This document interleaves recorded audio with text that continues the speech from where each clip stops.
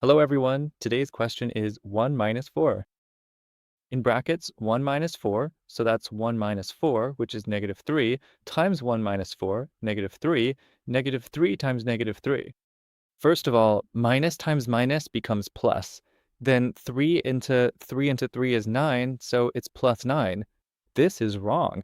Let's solve the answer. 1 minus 4. 1 minus 4.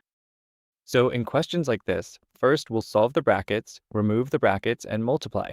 So for 1 and 4, we'll remove the brackets and multiply them. 1 minus 3, minus 3, 1 minus 4, minus 3.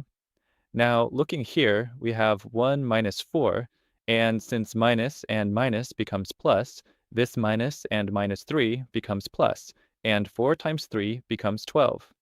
Now 1 plus 12 is 13. This is the correct and final answer.